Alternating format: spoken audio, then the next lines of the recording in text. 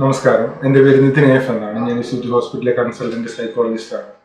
ഇന്ന് ഞാൻ നിങ്ങളോട് സംസാരിക്കാൻ ആഗ്രഹിക്കുന്ന വിഷയം അറ്റൻഷൻ ഡെഫിസിറ്റുമായി ബന്ധപ്പെട്ട ചില കാര്യങ്ങളാണ്. നമുക്കറിയാം, ഇന്ന് ധാരാളം പേർ അറ്റൻഷൻ അല്ലെങ്കിൽ കോൺസെൻട്രേഷൻ എന്ന വിഷയവുമായി ബന്ധപ്പെട്ട് ബുദ്ധിമുട്ട് അനുഭവിക്കുന്ന ധാരാളം പേരുണ്ട്.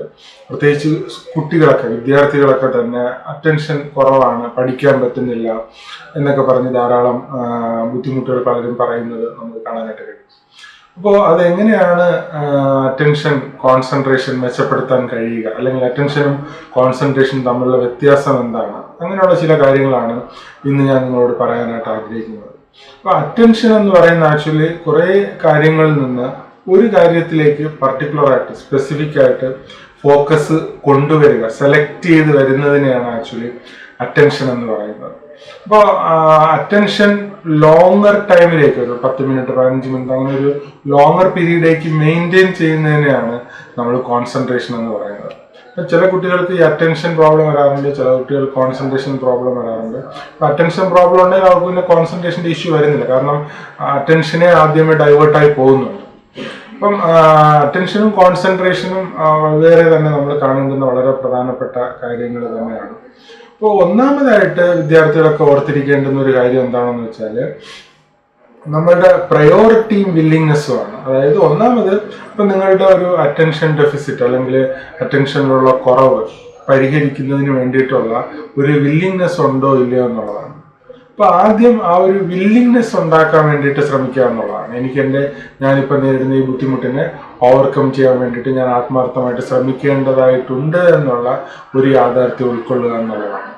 രണ്ടാമത്, എന്തിലേക്കാണോ നമ്മൾ അറ്റൻഷൻ കൊണ്ടുവരേണ്ടത് അതിനെ ഹയർ പ്രയോറിറ്റിയിൽ കാണുക എന്നുള്ളതാണ്. ഇപ്പോൾ ഉദാഹരണം പറയുകയാണെങ്കിൽ, ഇപ്പം നമ്മൾ പഠിക്കേണ്ടതായിട്ടുണ്ട്.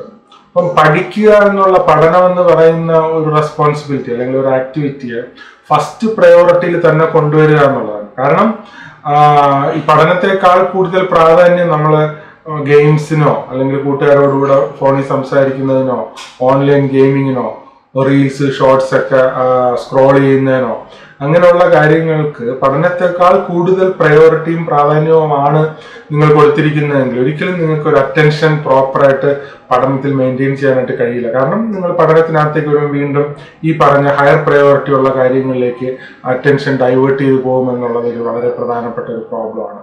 അപ്പൊ അതുകൊണ്ട് എന്തിലാണോ നമുക്ക് അറ്റൻഷൻ കൂട്ടാൻ ആഗ്രഹിക്കുന്നത് അതിനെ മറ്റെല്ലാത്തിൻ്റെയും മുകളിലുള്ള ഒരു ഹയർ പ്രയോറിറ്റിയിൽ തന്നെ നിങ്ങൾ കാണുക എന്നുള്ളത് വളരെ പ്രധാനപ്പെട്ട ഒരു കാര്യം തന്നെയാണ്. അപ്പൊ അതുപോലെ തന്നെ കോൺസെൻട്രേഷൻ, നമ്മൾ ലോങ്ങർ ടൈം പഠിക്കുക എന്നുള്ളതാണ് അല്ലെങ്കിൽ മെയിൻറ്റെയിൻ ചെയ്യുക എന്നുള്ളതാണ് കോൺസെൻട്രേഷൻ മെച്ചപ്പെടുത്താൻ വേണ്ടിയിട്ട് നമ്മൾ ചെയ്യേണ്ട വളരെ പ്രധാനപ്പെട്ട കാര്യം. അതിനു വേണ്ടിയിട്ട് പഠിക്കുന്ന കുട്ടികളൊക്കെ തന്നെ ആദ്യം കുറച്ച് സമയം എളുപ്പമുള്ള വിഷയങ്ങൾ പഠിക്കാൻ വേണ്ടിയിട്ട് ശ്രമിക്കുക, കുറച്ച് സമയം എടുത്ത്. അപ്പൊ അങ്ങനെ കുറച്ച് സമയം എടുത്ത് ഏറ്റവും എളുപ്പമുള്ള വിഷയങ്ങൾ ആദ്യം പഠിക്കുകയും അവസാനം കൂടുതൽ സമയം എടുത്ത് ടഫായിട്ടുള്ള വിഷയങ്ങൾ പഠിക്കുകയാണെങ്കിൽ കുറച്ചും കൂടുതൽ കോൺസെൻട്രേഷൻ മെയിൻറ്റെയിൻ ചെയ്യാനായിട്ട് കഴിയും. ഇപ്പൊ ഒരു 3 മണിക്കൂർ ഉണ്ടെങ്കിൽ അതിനൊരു 6 സ്ലോട്ടായിട്ട് സ്പ്ലിറ്റ് ചെയ്യുക. ഇപ്പം അരമണിക്കൂർ 10 മിനിറ്റ് വെച്ച് 3 വിഷയം ഏറ്റവും എളുപ്പമുള്ളത് ആദ്യം പഠിക്കുക, പിന്നെ അരമണിക്കൂർ അല്ലെങ്കിൽ 1 മണിക്കൂർ 3/4 മണിക്കൂർ വെച്ചിട്ട് ബാക്കിയുള്ള സമയങ്ങൾ നമ്മൾ സ്പ്ലിറ്റ് ചെയ്ത് പഠിക്കാൻ വേണ്ടിയിട്ട് ശ്രമിക്കുക. അപ്പോൾ കുറച്ചും കൂടെ എഫിഷ്യൻ്റ് ആയിട്ട് നമുക്ക് പഠിച്ച് തീർക്കാനായിട്ട് കഴിയും എന്നുള്ളത് ഒരു വളരെ വസ്തുതാപരമായിട്ടുള്ള ഒരു കാര്യമാണ്. അപ്പോൾ ഏറ്റവും എളുപ്പമുള്ള വിഷയങ്ങൾ ആദ്യവും ഏറ്റവും ടഫായിട്ടുള്ള വിഷയങ്ങൾ അവസാനം കൂടുതൽ സമയം എടുത്തും പഠിക്കുന്നതിന് വേണ്ടിയിട്ട് ശ്രമിക്കുന്നത് കോൺസെൻട്രേഷൻ കുറച്ചുകൂടെ മെച്ചപ്പെടുത്തുന്നതിന് സാധിക്കും. പിന്നെ ഒരു ബ്രേക്ക് എടുക്കുന്നത് നല്ലതാണ്. ഒരു 30 മിനിറ്റ്സ് അല്ലെങ്കിൽ 40 മിനിറ്റ്സിന് ശേഷം ഒരു 5 മിനിറ്റ് ബ്രേക്ക് എടുക്കുന്നത് നല്ലതാണ്. ബ്രേക്ക് എടുക്കുമ്പോൾ കൂടുതൽ ലോവർ പ്രയോറിറ്റിയിലുള്ള കാര്യങ്ങൾ ചെയ്യുക, എന്തെങ്കിലും ക്രിയേറ്റീവ് ആയിട്ടുള്ള ഓഫ്ലൈൻ ആയിട്ടുള്ള ഡയറക്റ്റ് ആയിട്ടുള്ള, അല്ലാതെ പെട്ടെന്നൊരു സ്റ്റിമുലേഷൻ അല്ലെങ്കിൽ പെട്ടെന്നൊരു ഗ്രാറ്റിഫിക്കേഷൻ കിട്ടുന്ന കാര്യങ്ങളിലേക്ക് ബ്രേക്ക് ടൈം അല്ലെങ്കിൽ എടുക്കുന്ന ഒരു ഗ്യാപ്പ് സ്പെൻഡ് ചെയ്യാതെ കുറച്ചുകൂടെ റിയലിസ്റ്റിക് ആയിട്ടുള്ള ഓഫ്ലൈൻ ആയിട്ടുള്ള കോൺവെർസേഷൻസ് ഒക്കെ മെയിൻറ്റെയിൻ ചെയ്യാനോ അല്ലെങ്കിൽ വീട്ടിൽ എന്തെങ്കിലും ഹൗസ് ഹോൾഡ് ആക്ടിവിറ്റിയിൽ എൻഗേജ്ഡ് ആവാൻ വേണ്ടിയിട്ട് ശ്രമിക്കുക. വളരെ ഷോർട്ട് ടൈമിനുള്ളിൽ തന്നെ തിരിച്ചു വരാനും വേണ്ടിയിട്ട് ശ്രമിക്കുക.